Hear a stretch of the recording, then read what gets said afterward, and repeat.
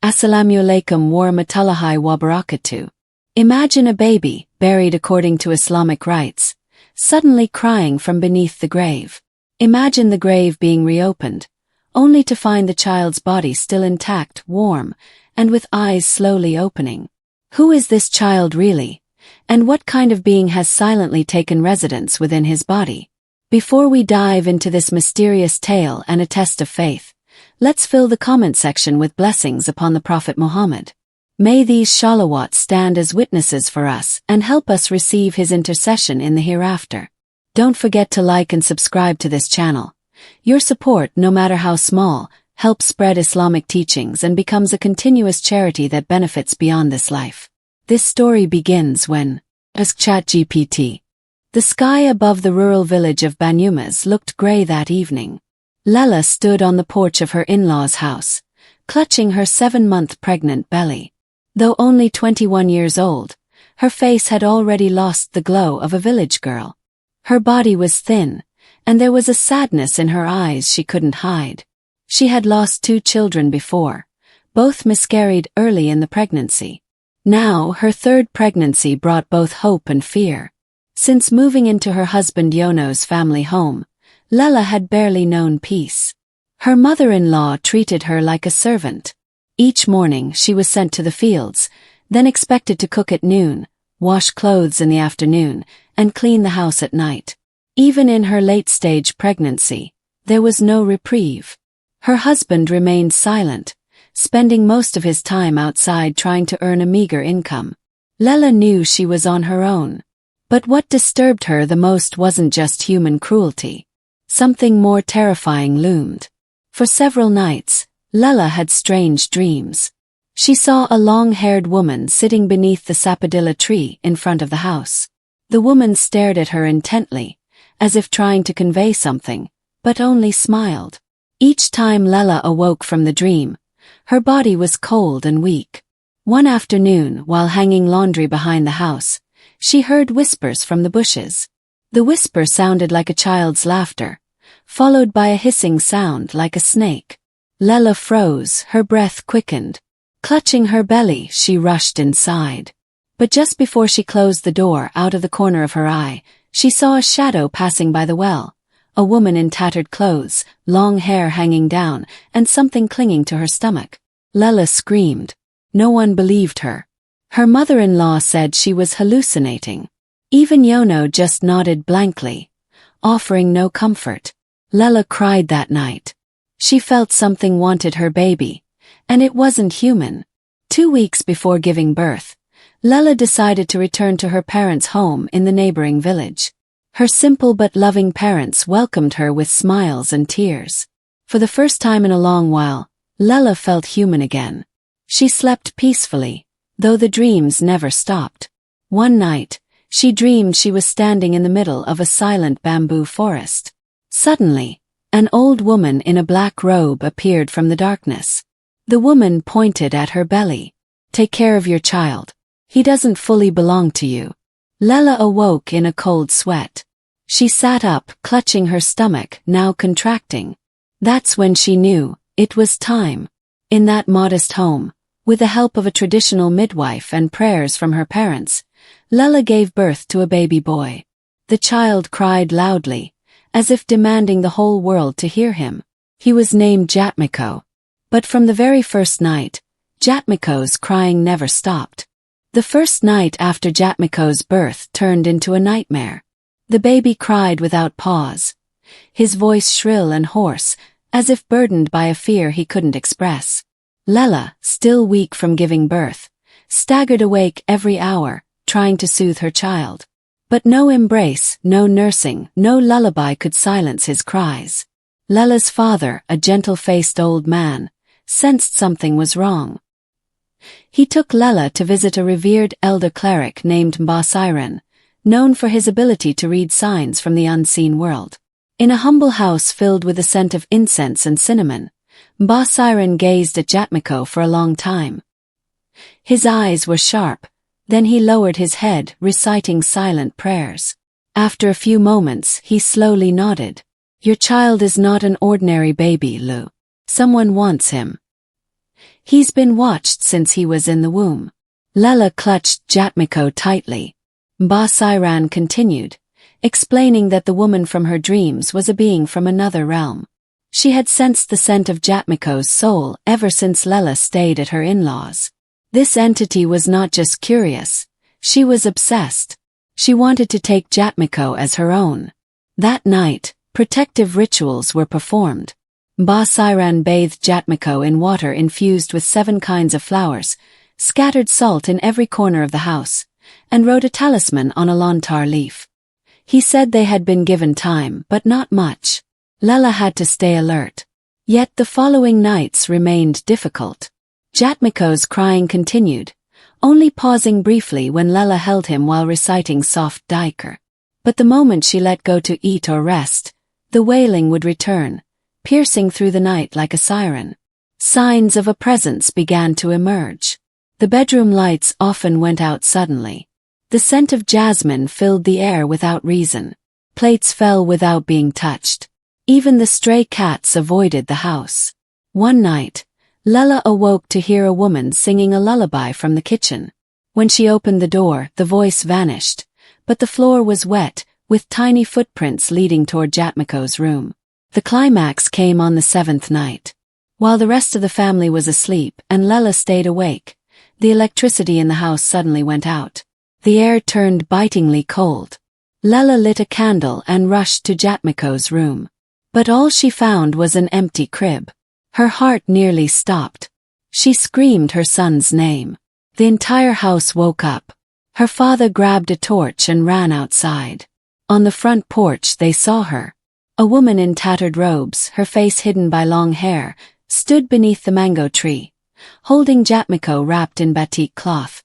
Her gaze was piercing, and from her lips came a whisper, "He is mine now." Lella's father shouted takbir and leapt toward the figure, but in an instant she vanished, leaving only Jatmiko's batik cloth on the ground. Lella collapsed on the spot. Her cries fell silent, replaced by a scream of anguish that shattered the night. Ask ChatGPT. Since that night, Jatmiko never cried again. But it wasn't because he was calm. He was just silent. Too silent for a 1-week-old baby. His eyes remained open, staring blankly at the ceiling, as if his body was still in this world, but his soul had wandered far away. Lella became disoriented. She continued nursing and bathing Jatmiko every day, but there was emptiness in her eyes. No smile, no laughter, only the routine of a mother who had lost a part of her soul. Her parents grew worried, but they dared not say much. They knew the wound was deeper than they could comprehend. Ba-Siran was summoned once more. When he saw Jatmiko, he slowly shook his head. He said the baby's body remained, but his soul had been stolen, abducted by a being from another realm and held in a dark place beyond the reach of ordinary humans.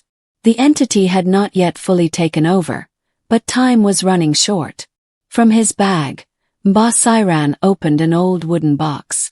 Inside was a shroud cloth wrapped around an ancient script, a kind of mystical map that could only be read at night. He explained that to retrieve Jatmiko's soul, someone had to enter their realm. But it couldn't be just anyone. Desperate and hopeless, Lella fell to her knees and begged. She didn't care if it cost her life, as long as she could see Jatmiko cry again. Look at her as his mother. Ba-Siran nodded, then instructed her to fast for 3 days.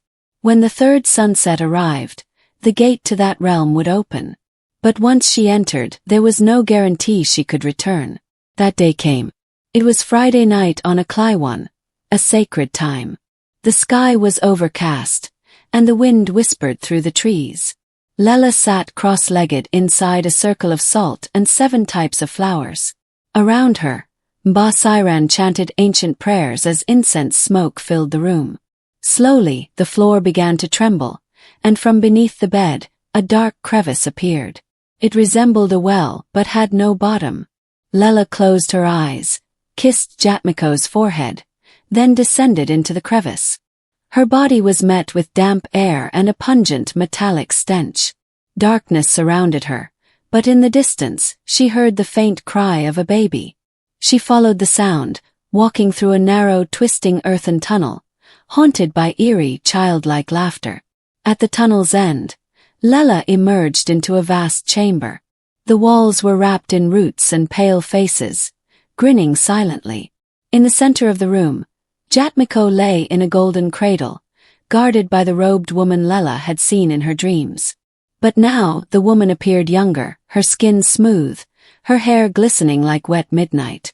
"He is not yours. He will be our heir. This realm needs pure blood to live on."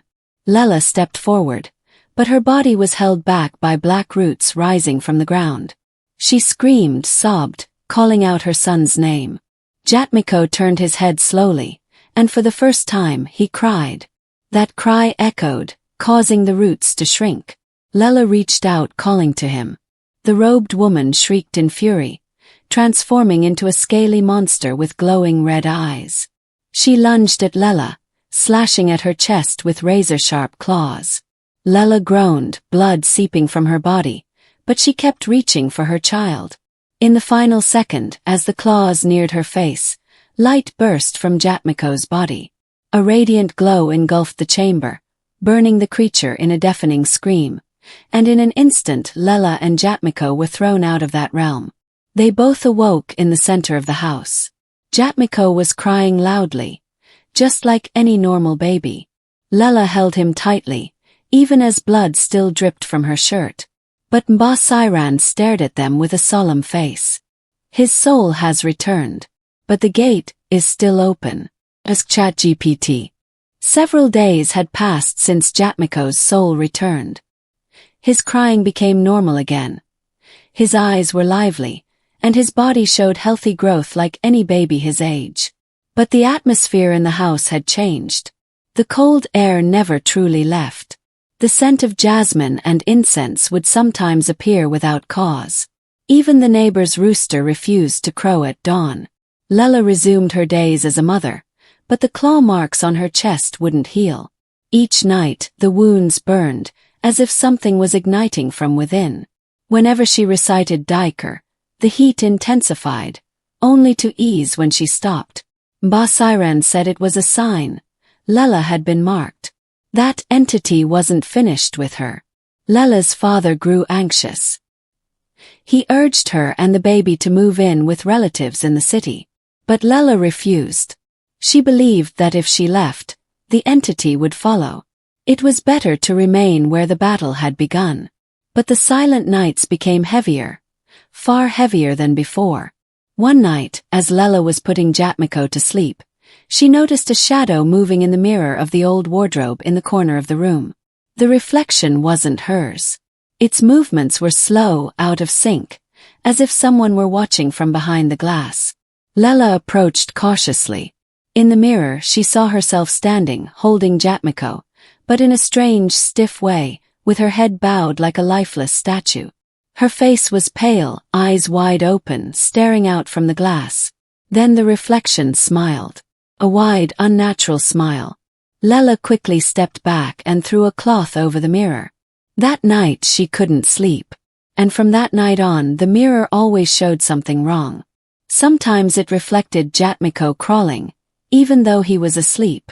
Sometimes it showed Lella smiling when she was actually crying. The peak came on the 13th night. Lella awoke to the sound of soft laughter coming from the bathroom. She crept quietly with an oil lamp and slowly opened the door. But the bathroom was empty. Only a puddle of water remained, with a bundle of long black hair floating on the surface. As she turned around, the sound of small footsteps came from behind. She looked and saw Jatmiko standing, though he was far too young to sit on his own, let alone stand. His eyes were empty, staring toward the bedroom door. Suddenly, the old mirror began to tremble. The cloth covering it slipped off on its own, and in its reflection, the robed woman appeared once again. This time her eyes were bleeding. In her hand was a small doll with a face resembling Jatmiko's. "He's called me Lella. He knows who his real mother is." The mirror shattered by itself, shards flying across the room. Jatmiko screamed loudly, and Lella rushed to hold him, shielding him from the glass. But from the corner of the room, The broken mirror kept reflecting images that did not belong to them. Basiran arrived the next morning. He gathered every shard and locked them inside an iron chest. He said the mirror had become a portal, a passageway for those still curious, a doorway for those who had not yet let go. But what he said next was even more unsettling. This isn't just about Jatmiko. Something much larger is at play. And you are just a small part of their plan. Lela didn't respond. She simply held Jatmiko tighter, realizing that this nightmare was far from over. That afternoon, an unnatural gloom hung over the wooden house left behind by Lela's great-grandfather. Thunder rumbled in the distance, though no rain had fallen. The birds had been silent since morning, as if nature itself were holding its breath.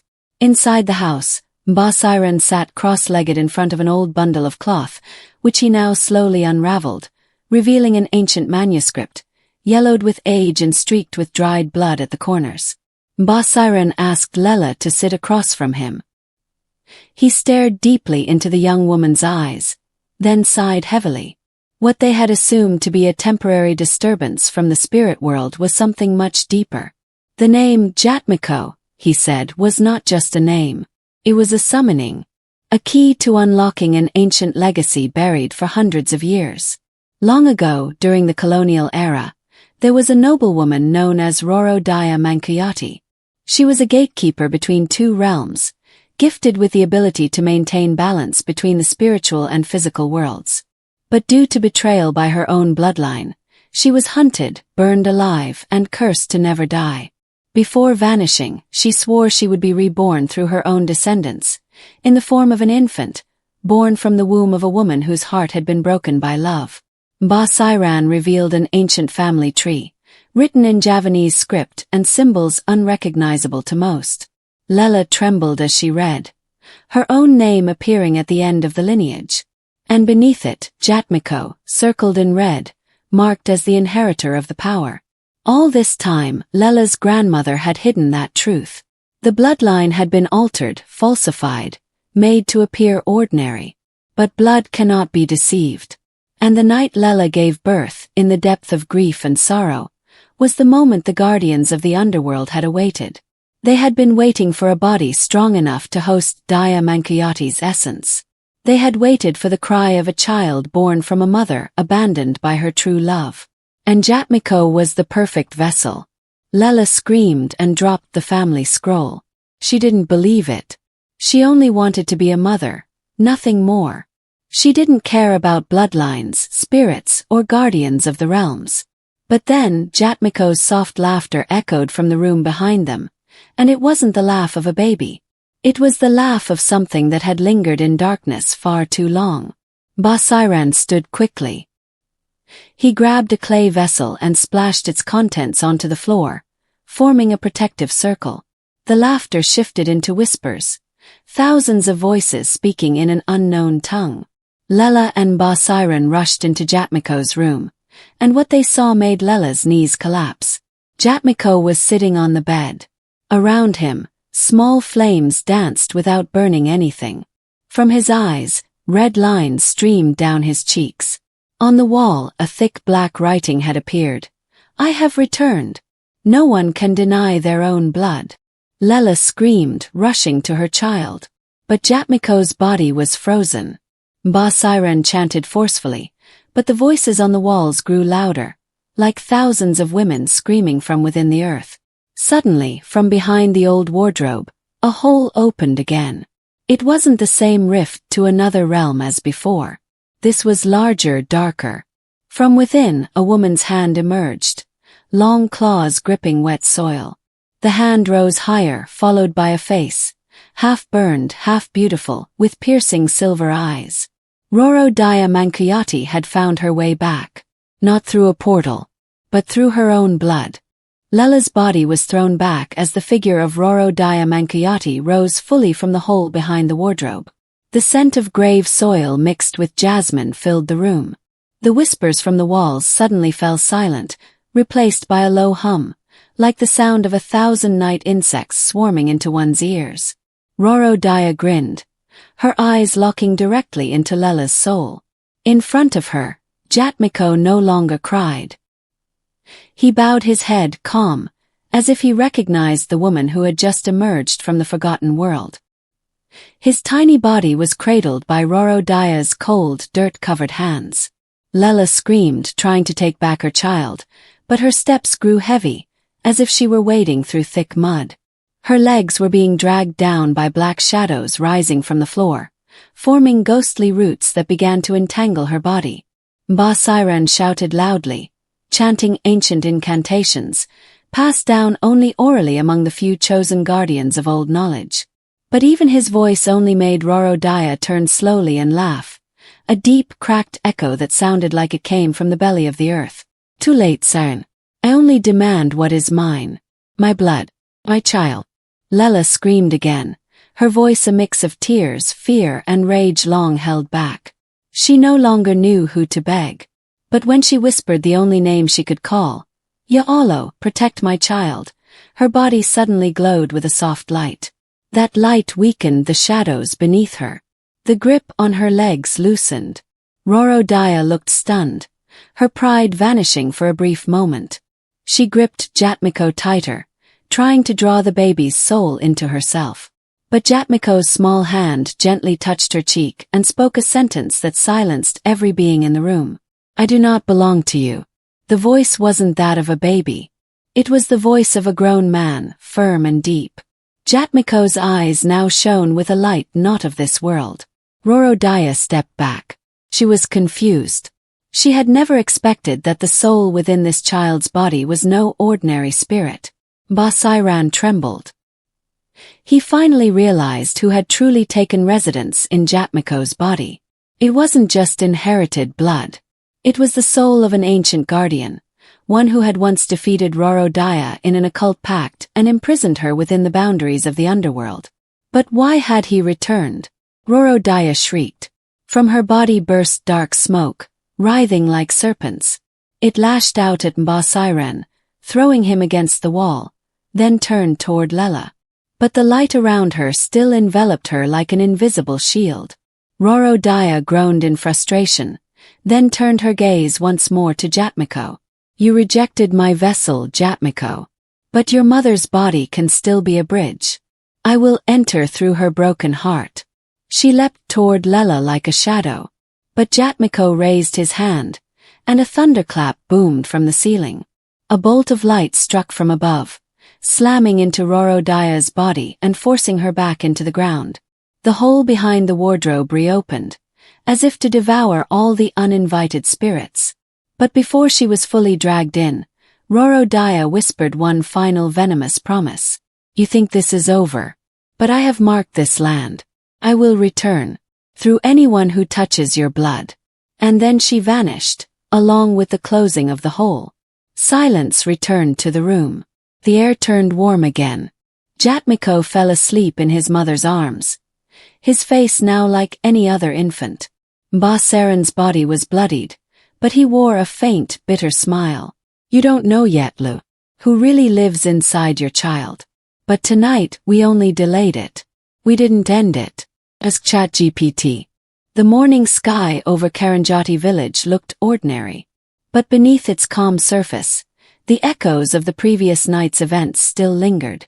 Birds chirped again, the distant lowing of cows could be heard, and the scent of damp earth seemed to try and erase the traces of the darkest night Lella had ever endured.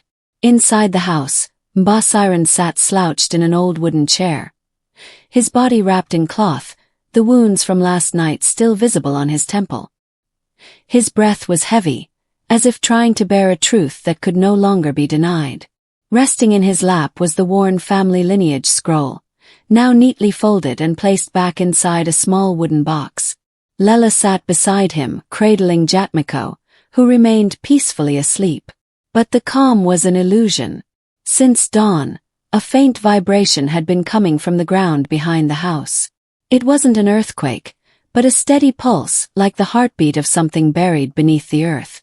Ba Siren stared at Lella intently and said that ever since that hole had been opened, the boundary between two worlds had shifted. The ancient guardian may have returned, But the supernatural mark on Jatmiko's body would never truly disappear. That night, after washing Jatmiko's body, Lella saw it. A small blood-red mark on the child's back. The very same symbol found in the old manuscripts, resembling an eye surrounded by flames. She tried to wipe it away, but the mark felt embedded deep within the skin. Jatmiko only gave a faint smile, his eyes opening for a moment to reveal a silver gleam, then fell asleep again as if nothing had happened. Lella hadn't slept since. She sat by her son's bed, reading through the ancient books left by Mba Siren. The deeper she read, the clearer it became. Jatmiko was not just an ordinary child. He was not merely a temporary vessel but had become a new host for an entity once only known through legend. The Faceless Knight, a guardian of the realm between worlds, buried long ago through a forbidden ritual because of his overwhelming power and the threat he posed to both realms. This entity would only awaken when the veil between worlds weakened, and that veil was now torn. Humanity was growing frail, losing its faith and courage. And through Jatmiko's body, the knight would decide, to protect or to conquer. Mba Siren begged Lella to leave the village immediately. Head south, to a place known as Batu Tumbal. He said there were still ancient guardians there, capable of sealing the rift. But the journey would not be easy. Anyone approaching Batu Tumbal would be tested, not just physically but spiritually. First, Lella refused. She was tired. All she wanted was a normal life, to raise her child and bury the nightmares. But the following night she had a dream. In the dream, she walked across a vast field, but all the crops were dead. At the center stood a burning ancient tree, and beneath it, hundreds of silent, crying babies, all bearing the same face, Jatmiko's. Above them in the sky, a colossal eye watched her unblinking. She awoke drenched in sweat. And by morning she knew. She had to go. With a small bag, a single shawl, and her baby sleeping in a sling, Lella left the village of Karanjati. Mba Siren did not go with her. He was too old for such a journey. But before parting, he gripped her hand tightly. If you reach Batu Tumbal and find a stone with blood on its peak, remain silent. Do not speak a single word. Because sound is a key, and a key can open doors that cannot be closed again. Lella only nodded. And with trembling steps, she walked southward, toward a place spoken of only in nightmares. On her shoulder, Jatmiko slowly opened his eyes. He didn't cry. He smiled. And from the distance, the faint laughter of a woman echoed softly, as if following them from within the mist. Ask ChatGPT. Before this video ends, let us leave a trace of shalawat upon the Prophet Muhammad in the comment section. May these shalawat be a witness for us to receive his intercession on the Day of Judgment. Don't forget to like and subscribe to this channel. Your support greatly helps spread Islamic teachings and becomes a never-ending stream of charity. Wassalamu alaikum warahmatullahi wabarakatuh.